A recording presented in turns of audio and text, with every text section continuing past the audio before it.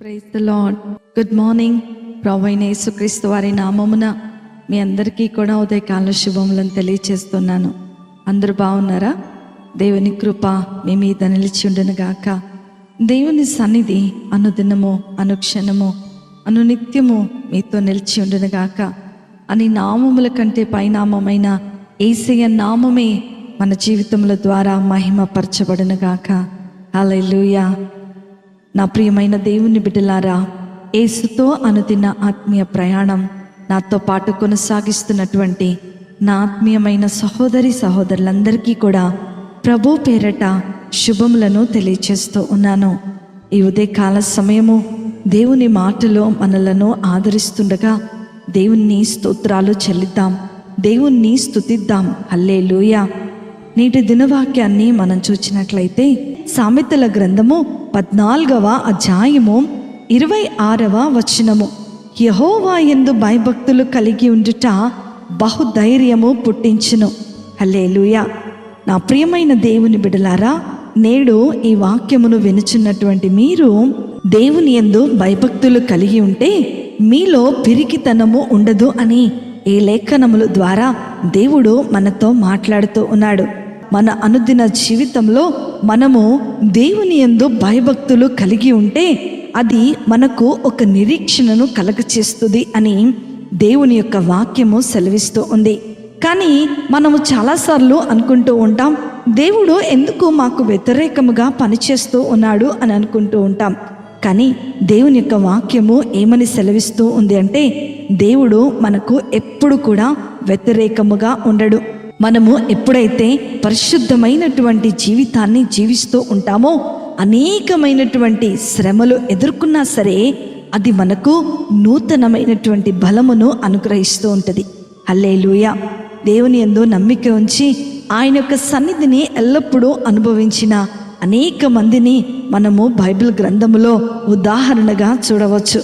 దావీదు దేవుడే తనకు ఏకైక నిరీక్షణ అనుకున్నాడు. అంత మాత్రమే కాదు, తనకున్న నిరీక్షణను బట్టి ప్రభువులో ప్రోత్సహించబడ్డాడు. హిజ్కియా జీవితాన్ని మనం చూచినట్లయితే గొప్ప యుద్ధము సంభవించింది. అతను మాత్రమే దేవునిని ఆనుకున్నాడు. అతనికి ముందుగా కానీ తర్వాత రాజులలో ఎవరు కూడా ఇటువంటి విశ్వాసమును కలిగి ఉండలేదు. అష్షూరు దేశమునకు గొప్ప రాజుగా ఉన్నటువంటి సన్హెరీబు ఇజ్రాయేలు రాజ్యాన్ని వ్యతిరేకించి దాన్ని సులభముగా పడగొట్టాలని దాని గురించి ఆలోచించాడు. అయితే హిజ్కియా దేవుని మీద ఆధారపడి ఉండెను మరియు ఎన్నో కన్నీళ్లు విడిచి యెహోవాయే నిజమైన దేవుడని సమస్త జనులను తెలుసుకోవాలని ప్రార్థన చేశాడు. దేవుడు అతని ప్రార్థనను ఆలకించి తన దూతలను పంపించి వారి ద్వారా అష్షూరు కోటలను ముట్టడి వేసినట్లుగా దేవుని యొక్క లేఖనాలలో మనము చూస్తూ ఉండవచ్చు. అదే విధముగా ఉదయమున చూచినప్పుడు ఆ కోట చుట్టూ వారందరూ కూడా మృతకళేబరములై పడి ఉండుట ఇజ్రాయేలు ప్రజలు చూశారు. దేవుడు మన పక్షమున యుద్ధము చేయును అని దావీదు చెప్పిన ప్రకారము యెహోవా హిజ్కియాను, యెరూషలేము కాపురస్తులను అష్షూరు రాజైన సన్హెరీబు చేతిలో నుండి అందరి చేతిలో నుండి రక్షించి అన్ని వైపులను వారిని కాపాడాడు. దేవునికి మరియు తన సేవకులకు విరోధముగా ఎవ్వరు కూడా నిలవబడలేరు. దేవునికి అసాధ్యమైనది ఏదీ కూడా లేడు. దేవుడు ఏమైతే సెలవిస్తాడో దాన్ని ఖచ్చితంగా జరిగిస్తాడు. హల్లెలూయా. నా ప్రియమైన దేవుని బిడ్డలారా, నేడు ఈ వాక్యము వినుచున్నటువంటి మీరు దేవునికి భయపడుతున్నారా? మీరు నిజముగా దేవునికి భయపడినట్లయితే అది మీరు తీసుకును ప్రతి నిర్ణయములోనూ మరియు మీ జీవితంలో ఎంతో ప్రభావాన్ని చూపిస్తూ ఉంది. నేడు ఈ సందేశము వినుచున్నటువంటి మీరు దేవునికి నిజముగా భయపడుతున్నట్లయితే ఆయన మీ జ్ఞానమును మరియు మీ విశ్వాసాన్ని అభివృద్ధిపరిచి దృఢపరుస్తాడు. ఆయన మీ పక్షమున యుద్ధము చేస్తాడు.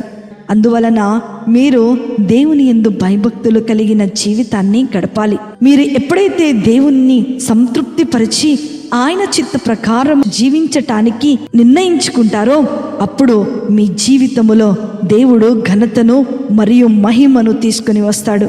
మిమ్మును బహుగా ఆశీర్వదిస్తాడు. మీకు కలిగిన భయములన్నిటిలో నుండి కూడా దేవుడు ఖచ్చితంగా తప్పిస్తాడు. అట్టి కృపా ధన్యత ఆశీర్వాదము వాక్యం వింటున్న ప్రతి బిడ్డకు దేవుడు అనుగ్రహించునుగాక. ఆమేన్. ప్రార్థించుకుందాం. కృపా సత్య సంపూర్ణుడమైన మా ప్రియ పరలోకపు తండ్రి యేసు స్వామి, మీకున్నతమైన శ్రేష్టమైన నామమును బట్టి మీకు వందనాలు. దేవా, నీ యందు నిత్యము భయభక్తులు కలిగి జీవించినట్లు మాకు సహాయము చేయండి.